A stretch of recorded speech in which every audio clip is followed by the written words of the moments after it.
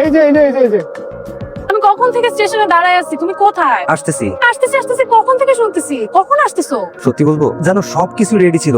আমি bag and luggage সবকিছু pack করে রাখছিলাম। যাওয়ার সময় মনে হলো যে ওর সাথে দেখা হবে না, আবার ওকে একটু সালাম করে যাই। বাট তখনই আমার পাশে সালাম করতে গেলাম, আর চোখ থেকে না কয়েক ফোঁটা জল আমার পায়ের উপর টপ করে পড়ে গেল। আর আমার ঘুমটাও ভেঙে গেল, আমার চিৎকারে না আব্বুর ঘুমটাও ভেঙে গেল। আমি ধরা খেয়ে গেলাম। হোয়াট? এখন কি করব? জানি না, আব্বু তোমাকে রুমে লক করে রাখছে। তাও I mean dad is prison. Turjo, আমি এখন কি করব? এই জন্য তোমাকে বলেছিলাম পালানোর দরকার নেই, তুমি তো জোর করলে। আমি এখন কি করব তুর্য? তুমি বাসায় ফিরে যাও, আমি এখন রাখছি। আব্বু যদি টের পায় আমার খবর করে ফেলবে। বাই। নি কেন ওরকম একটা আম্মাস বয়ের সাথে প্রেম করতে গেছিলাম, আমি কি করব? বাহ, তো বেশ সুন্দরী, হুমায়ুন আহমেদের গল্পের নায়িকাদের মতো। এমন সুন্দর স্নিগ্ধ মেয়ে দেখলেই মনটা ভালো হয়ে যায়। এটা হয়তো ট্রেন মিস করেছে, তাই খুব অস্থির। মেয়েরা অস্থির হলেও যে এত সুন্দর লাগে আমার জানা ছিল না।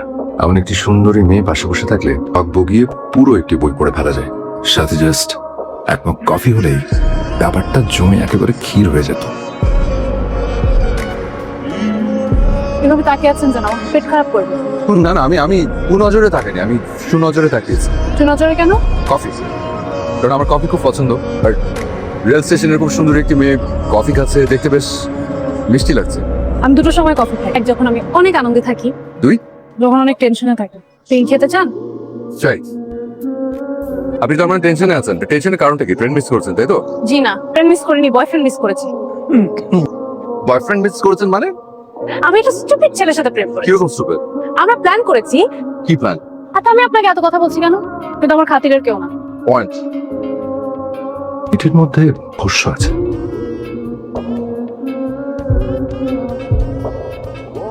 কি? আপনি কি সুইসাইড করবেন? জি। তার মানে আপনি লাইলির মতো উন্মাদ হয়ে বাসা থেকে বের হয়ে গেছেন, আর আপনার ওই মজুর ব্যথা আপনাকে ছাকা দিয়েছে। জি।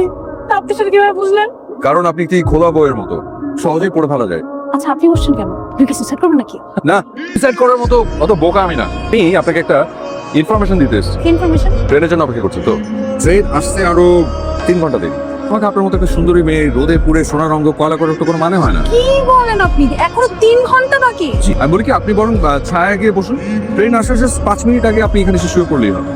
চলো। না না, নিন ঠান্ডা পানি। আপনি যে সুইসাইড করবেন এটা তো কনফার্ম, তাই না? মানে কোনো নড়চড় হবে না। 100% নিশ্চিত। কিন্তু আপনার বয়ফ্রেন্ড এত লাকি যে আপনার মতো এত সুন্দর একটা মেয়ে তার জন্য সুইসাইড করতে যাচ্ছে। আমি খুব জেলাস। আমি আমার বয়ফ্রেন্ডের জন্য সুইসাইড করতে যাচ্ছি। আপনি তাহলে কার জন্য সুইসাইড করছেন? আমি পালানোর আগে বাসায় একটা চিঠি লিখে এসেছিলাম। আমি যদি সেই চিঠিটা রেখে না আসতাম তাহলে আমার সুইসাইড করতে হতো না। করে তো আমার মা সেই চিঠিটাও পড়ে ফেলেছে, আমি তো বাসায় যেতে পারবো না। কিন্তু আমার কি মনে হয় জানেন? আমার মনে হয় আপনি সুইসাইড করার আগে একবার আপনার বয়ফ্রেন্ডের সাথে দেখা করেন, তারপর জোরে তার নাকে একটা ঘুষি মেরে তার নাকটা ফাটিয়ে দেন। কেন? পারেন। যার জন্য আপনি এত বাজে একটা পরিস্থিতির মধ্যে পড়েছেন তার একটা পানিশমেন্ট হওয়া দরকার না? আমি যদি তুই নাক বরাবর ঘুষি মারি ও নাক থেকে রক্ত ঝরবে কিনা আপনি বলেন? আমি নিশ্চিত নাক থেকে রক্ত ঝরবে, বাট সেটা নির্ভর করছে আপনার বাবা মা আপনাকে ছোটবেলায় কতটুকু পুষ্টিকর খাদ্য খাইয়েছে সেটার উপর। কারণ সেটার উপর নির্ভর করছে আপনার গায়ের জোর কত। আমার বাবা আমাকে কতটুকু পুষ্টিকর খাবার খাইয়েছে সেটা আমরা তুজোর সামনে গেলে বুঝতে পারবো। That's a spirit. শেষবারের মতো চিন্তা করেন, আপনি শিশুর কাছে করবেন spirit. তুজো আছে? জি আছে। দেখে দাও যাবে? তুজো ভাইয়া, কারা জানি আসছে, খুঁজতেছে আপনারে। আসসালামু আলাইকুম। তুমি? বিসমিল্লাহ।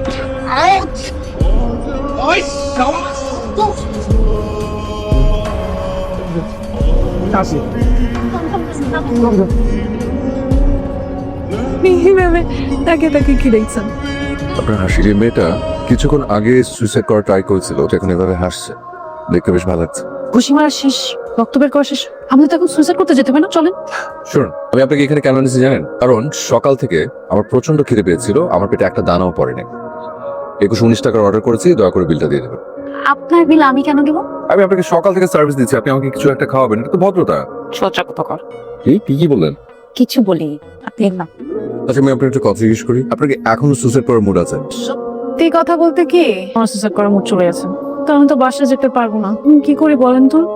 বলো। এটাই আমার বাসা, দুঃখিত আমি আপনাকে চায়ের দাওয়াত দিতে পারলাম না। না না, কোনো অসুবিধা নেই।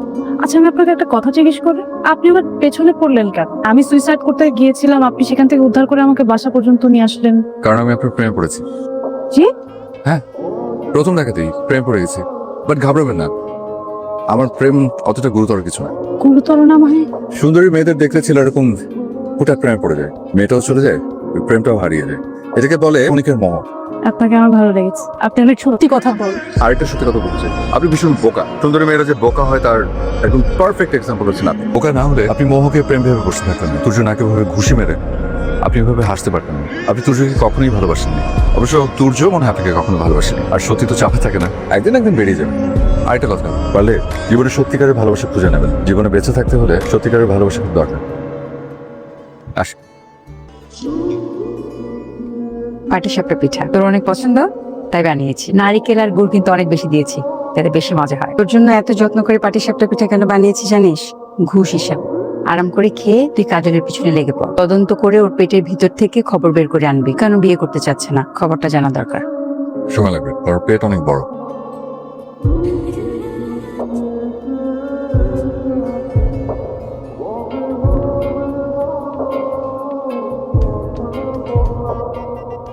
বলুন।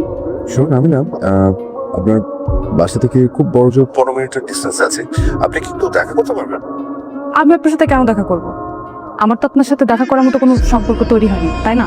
আচ্ছা ঠিক আছে, সম্পর্ক তৈরি হয়নি সেটা ঠিক আছে, কিন্তু পরিচয় তো আছে। আর তাছাড়া আপনি সেদিন আমাকে ট্রিট দিয়েছেন না, আমি সেটা শোধ করতে চাই। অ্যাটলিস্ট কফি খেয়ে যান। আমি আপনাকে বলেছিলাম আমি দুটো সময় কফি খাই, এখন আমি কোনোটাতেই নেই। আপনি আগে আসুন, কোনো না কোনো একটা কারণ তৈরি হয়ে যাবে। আমি আপনাকে অ্যাড্রেসে টেক্সট করে দিচ্ছি, প্লিজ। Thanks for coming. আনন্দ নাকি টেনশন, কি কারণ তৈরি করবেন বলেন তো? মানে আমি আপনাকে বলেছিলাম না যে তুর্য মেবি আপনার সাথে চিট করছে।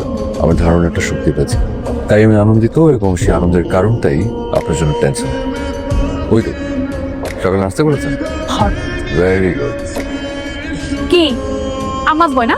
আম্মা আম্মা আমার সাথে পালাতে পারবে না, এটা কে? হ্যাঁ এখন কেউ আম্মা আমাকে নিয়ে ডেটে আসা যায় না, এখন কেন আমার সাথে ডেটে আসা যাবে? বলে থাকে না আমার সাথে করে না, তোমার সাথে ডেট করে কত বড় শয়তান অসভ্য। বিষয় একেবারে কত কত ফাটাই দেওয়া উচিত। আদব করে থাকে। আপনাকে অসংখ্য ধন্যবাদ, এটা চিত্রকে ধরে দিয়েছে। তবে খারাপ লাগছে না? কেন? আপনি না সেদিন বললেন আমি তুর্যকে কখনো ভালোই বাসিনি। আমার একদমই খারাপ লাগছে। আর খারাপ লাগার কোনো কারণও নেই, আমার তুর্যর প্রতি একটু মায়া। খুব ভয়ঙ্কর। ভয়ঙ্কর কেন? একমাত্র নতুন কারো প্রেমে পড়লে এইভাবে মানুষকে ভুলে যাওয়া যায়, এছাড়া কিন্তু পসিবল না। আপনি কি নতুন কারো প্রেমে পড়েছেন? সৌভাগ্যবানটাকে। আমার ব্যক্তিগত বিষয়, আমি আপনাকে কেন বলবো? আপনার সাথে আমার সেরকম কোনো সম্পর্ক তৈরি হয়নি। পয়েন্ট। আচ্ছা আমি আমার প্রেম ভালোবাসার কথা সব বক করে বলে যাচ্ছি, কিন্তু আপনার সম্পর্কে আমি কিছুই জানি না। আপনার কি কেউ আছে নাকি? না, কেউ নেই। তবে অদ্ভুত একটা ইচ্ছা আছে।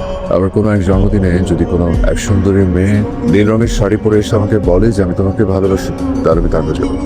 সুন্দর ইচ্ছে। তা আপনার জন্মদিন কবে? আমার একেবারে নিকটতম জন্মদিন হচ্ছে আগামী পরশু। হ্যালো, আজকে আপনার জন্মদিন তাই না? আপনার সাথে আমার যদিও তেমন সুসম্পর্ক নেই, তবুও ভাবলাম আপনার জন্মদিনে আপনাকে একটু শুভেচ্ছা জানাই। শুভ জন্মদিন। ধন্যবাদ। আচ্ছা আপনি যেখানেই থাকেন না কেন আধা ঘন্টার মধ্যে আমার সাথে দেখা করবেন।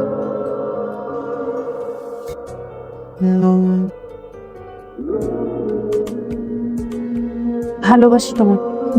Just a minute. পালিয়ে যাচ্ছ? একটা মিনিট। গাছের পেছনে কি করছো? অপু আমি মনে মনে ভেবেছিলাম যে আজ এরকম একটা কিছু হতে পারে, এই জন্য ব্যাগে করে নীল পাঞ্জাবিতে নিয়ে এসেছে। দাও। কি? ফুল। ও ভালোবাসি তোমার।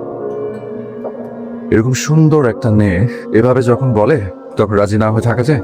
আমিও ভালোবাসি খুব। আমরা কি একটা ছবি তুলতে পারি? অবশ্যই।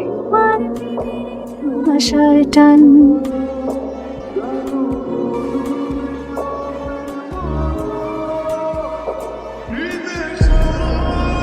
ওদের মানিয়েছে তো বেশ। এখন বড় বিয়ে করবে? তোর প্রেমের সফলতার জন্য আমি বিয়ে করব। টুকু খালা কাজল ভাই বিয়েতে রাজি। তুমি তুমি পাত্রী ফাইনাল করো। আলহামদুলিল্লাহ। পাত্রী তোমার তো করাই আছে, কালকে দেখতে যাওয়ার ব্যবস্থা করতেছি। আচ্ছা আমি তোমাকে জান, কলিজা, পরাণ পাখি কি নামে ডাকি বলো তো? কোনো নামে ডাকতে হবে না। শোনো তোমাকে আমি একটা জরুরি কথা বলার জন্য ফোন করেছি। কথাটা বলি। আমাদের প্রেম শুরু হওয়ার আগেই আমাদের সম্পর্কের মধ্যে ক্লাইম্যাক্স ঢুকে গেছে। বাসা থেকে আমার জন্য পাত্র দেখছে। পাত্র নাকি আমাকে দেখতে আসবে। আমি কি করবো বলো তো? Serious issue. সলভ করো। শোনো, একটাই উপায়, তোমাকে অবলা নারী না সবলা নারী হতে হবে। প্রটেস্ট করতে হবে। পাত্রপক্ষ যখন আসবে পাত্রপক্ষের সামনে সাহস নিয়ে দুম করে বলে ফেলবে যে তুমি অন্য একটা ছেলেকে ভালোবাসো, বাস। দরকার হলে বাচ্চার চোখ দিয়ে তাকিয়ে বলবে যে তোমার বাবা মা তোমাকে জোর করে বিয়ে দিচ্ছে। খারাপ এরোডেই বাসা এমনি। পথে কষ্ট হয়নি তো আপনাদের? ওই যে কষ্ট হয়নি। আল্লাহ, পাত্রী যেন রিমি না হয়। আমার শুধু একটা ব্যাপার জানার আছে। হ্যাঁ বলো। মেয়ে কি সায়েন্সের ছাত্রী? না, কমার্স। দূর, শুধু শুধু টেনশন করছি। এমন তো হতে পারে যে রিমিটা অন্য ফ্ল্যাটে থাকে, একই বিল্ডিং। ওয়াশরুম? ও এই যে এদিকে যাও যাও। Hi my. আসসালামু আলাইকুম। ওয়ালাইকুম আসসালাম। মা, আমি মনে হয় এই মেয়েকে চিনি। কোথায় কোথায় যেন দেখেছি। আপাতত চুপ থাক। মা কেমন আছো? ভালো নেই আন্টি, খুব খারাপ আছে। দেখেন আন্টি, আমার বাবা মা আমাকে বাংলা সিনেমার ভিলেনের মতো আরেকজনের সাথে বিয়ে দিতে চাচ্ছে। আমি তো এই বিয়েটা করতে চাচ্ছি না, আমি তো অন্য একজনকে ভালোবাসি। হ্যাঁ, মনে পড়েছে, তুমি অন্য একটা ছেলেকে ভালোবাসো। ও আমাদের শুভ্রকে ভালোবাসে। আমি ওর সাথে শুভ্রর ছবি দেখেছি। হ্যাঁ, আমি তো শুভ্রকে ভালোবাসি। আপনি তা কি হন? আমি শুভ্রর আপন খালাতো ভাই। তাই নাকি? শুভ্র? ঘটনা সত্য খালা। যেমন আমি ওকে টুক করে একটা বুদ্ধি দিয়েছিলাম যে ও যেন পাত্রপক্ষের সাথে এইভাবে কথা বলে, কিন্তু জীবন যে অতি নাটকীয় এটা আমি আসলে বুঝতে পারি। এখন ঘটনাক্রমে আমরা দুজনেই ভিকটিম। ভাইজান, শুভ্র কাজল দুজনই কিন্তু আমার ছেলে, আর রিমিকে আমাদের খুব পছন্দ হয়েছে। আমি রিমিকে আমার ঘরে বউ করে নিতে চাই। ইম্পসিবল। যে ছেলে আমার মেয়েকে আমার বিরুদ্ধে কথা বলতে বলেছে, সিনেমার ভিলেন বানিয়েছে, তার হাতে আমি আমার মেয়েকে তুলে দিতে পারি না। শুভ্র খুব ভালো ছেলে। হ্যাঁ, কেমন ভালো ছেলে সেটা তো আমার বোঝা হয়ে গেছে। এই ছেলের হাতে মেয়েকে তুলে দেওয়া মানে খাল কেটে কুমির আনা। ইম্পসিবল। আপনারা আসতে পারেন। এ হবে না, এ বিয়ে হবে না, কিছুতেই হবে না। আমি আমার সিদ্ধান্ত নিয়ে নিয়েছি, এটা হতে পারে না। তোমরা আমার হ্যালো। আচ্ছা, তোমার বাবা কোন রাশির জাতক? কেন? তুমি কি তোমার বাবাকে নিয়ে একটাবার বেরোতে পারবে, মানে কোথাও আসতে পারবে? কোথায়? এখানে কি? বাবা একটু ওয়েট করো, আমি তোমাকে সব বলবো। প্লিজ একটু চোখটা বন্ধ করো প্লিজ। তুমি না কিন্তু, হ্যাঁ খোলো। আসসালামু আলাইকুম। তুমি আঙ্কেল, আপনি কিছু বলার আগে জাস্ট একটা মিনিট। আঙ্কেল, আমি ছেলে হিসেবে খুব ভালো একজন মানুষ, স্টুডেন্ট হিসেবে দুর্দান্ত ছিলাম, এখন খুব ভালো একটা চাকরি করি, অনেক ভালো স্যালারি। আপনার মেয়ের সমস্ত ভরণ পোষণ নেওয়ার পরও বছরের অন্তত একটি বারের জন্য হলো বিদেশে ঘুরতে নিয়ে যেতে পারবো। তাই বুঝতেই পারছেন আঙ্কেল, পাত্র হিসেবে আমার বাজার দর কিন্তু বেশ ভালো। রিমির মুখে শুনেছি আপনি বৃশ্চিক রাশির জাতক, তাই এই রক্তপ্রবাল আংটিতে পরিয়ে আপনার সাথে জামাই শ্বশুর হিসেবে এঙ্গেজমেন্ট করতে চাই। Uncle, will you be my father in law? এমন একটা ছেলে জুটিয়েছিস, জীবনেও পিছু ছাড়বে বলে তো মনে হয়। এ মেনে নেওয়া ছাড়া তো কোনো উপায় দেখছি না। না, পড়াও।